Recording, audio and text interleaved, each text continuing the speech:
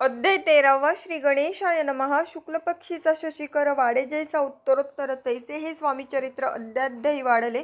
द्वादशाध्यायाच्या अंती श्रीपाद बाळप्पा प्रति कपटयुक्तीने फसवू पाहती परी झाले व्यर्थची। स्वयंपाकाधिक करावयासी लज्जा वाटत असे त्यासी ते एके समयासी काय बोलती समर्थ निर्लज्जासी सानिध्य गुरु असे जाण निरंतरू ऐसे बोलता सद्गुरु बाळप्पा म्हणी समजला। सेवेकऱ्या माझी वरिष्ठ सुंदराबाई होती तिथे तिने सेवेकऱ्यास नित्य त्रास द्यावा व्यर्थची।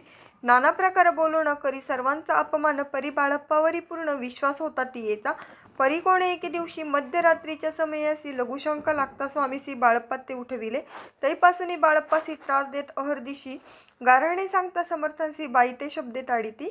अक्कलकोटी श्री समर्थ प्रथमतः ज्याचे घरी येत तो चोळप्पा विख्यात स्वामी भक्त झाला।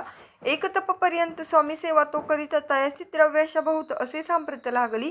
दिवाळीचा सण येता राजमंदिरा माजी समर्थ राहिले असता आनंदात वर्तमान वर्तले। कोण्या भक्ती समर्थांसी अर्पिले होते चंद्रहारासी सणानिमित्त त्या दिवशी अंगावरी घालावा। राणीचे या मनांत विचार येता त्वरित सुंदराबाईसी बोलत चंद्रहार द्यावा की। सुंदराबाई बोलली तो आहे चोळप्पा जवळी ऐसे एकता त्या काळी जमादार पाठविला। गंगूलाल जमादार चोळप्पा जवळी ये सत्वर म्हणे द्यावाजी चंद्रहार राणीसाहेब मागती। चोळप्पा बोले तयासी हार नाही आम्हापाशी बाळप्पा ठेवितो तयासी तुम्ही मागून घ्यावा की। ऐसे ऐकुनी उत्तर गंगूलाल जमादार बाळप्पा जवळी येऊनी सत्वर हार मागू लागला। बाळप्पा बोले उत्तर आपणापासी चंद्रहार परी चोळप्पाची त्यावर सत्ता असे सर्वस्वे। ऐसे ऐकुनी बोलणे जमादार पुसे चोळप्पा करणे जवाब दिला चोळप्पाने बाळप्पा देती तरी घ्यायचे। ऐसे भाषण ऐकून जमादार परतून नृपमंदिरी येऊन वर्तमान सर्व सांगे। चोळप्पाची एकूणी कृती राग आला राणी प्रति सुंदराबाईने गोष्टी तया विरुद्ध सांगितल्या। कारभार चोळप्पाचे करी जो होता आजवरी तो काढून त्यासी दुरी करावे राणी म्हणत असे। असो एके अवसरी काय झाली नवलपरी बैसली समर्थांची स्वारी भक्त मंडळी वेष्टीत। एक वस्त्र तयावेळी पडले होते श्रींजावळी तयाची करून या झोळी समर्थ करी घेतली। अल्लग शब्द उच्चारीला म्हणती भिक्षा द्या आम्हाला तयावेळी सर्वत्राला आश्चर्य वाटले। झोळी घेतली समर्थे काय असे उणे तेथे जे जे दर्शन आले होते त्यांनी भिक्षा घातली। कोणी 1 कोणी 2 रुपये टाकीती आणून न लागता एक क्षण 100वर गंती झाली। झोळी चोळप्पा ते देऊन समर्थ बोलले काय वचन चोळप्पा तुझे फिटले ऋण स्वस्त आता असावे। पाहून या द्रव्यासी आनंद झाला तयासी परीन आले मानसी श्रीचरण अंतरले। चोळप्पासी दूर केले बाईसी बरे वाटले ऐसे काही दिवस गेले बाळप्पा सेवा करीत ती।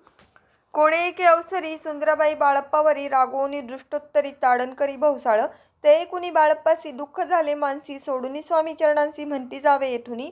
आज्ञा समर्थांची घेऊन म्हणते जावे येथुनी याकरता दुसरे दिनी समर्थांजवळी पाठले। तेव्हा एका सेवेकऱ्यास बोलले काय समर्थ बाळप्पा दर्शनास येत त्यासी आसन दाखवावे। बाळप्पा येता त्या स्थानी आसन दाविले सेवेकऱ्यांनी तेव्हा समजले निज मनी आज्ञा आपणा मिळेना। कोठे मांडावे आसन विचार पडला त्या लागून तो त्याच रात्री स्वप्न बाळप्पाने देखिले। श्री मारुतीचे मंदिर स्वप्नी आले सुंदर तेथे जाऊनी सत्वर आसन त्यांनी मांडिले। श्री स्वामी समर्थ या मंत्राचा जप करीत एक वेळ दर्शन येत हिशेब ठेवीत जपाचा।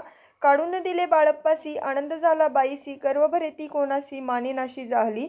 सुंदराबाईसी करावे दूर समर्थांचा झाला विचार त्याप्रमाणे चमत्कार करून या दाविती। परिराणीची प्रीती बाईवरी बहु होती या कारणे कोणाप्रती धैर्य काही होईना।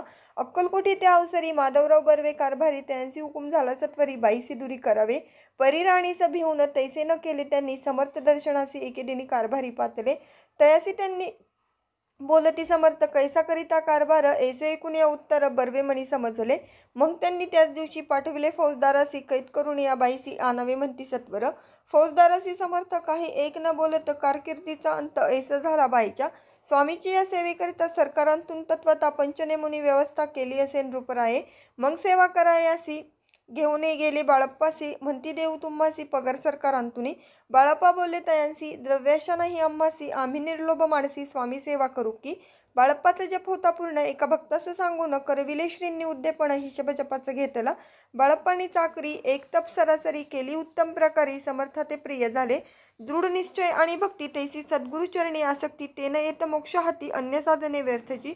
उगीच करीती दांभिक भक्ती त्यावरी स्वामी कृपाण करती सद्भावे जे नमस्कारिती त्यावरी होती कृपाळू।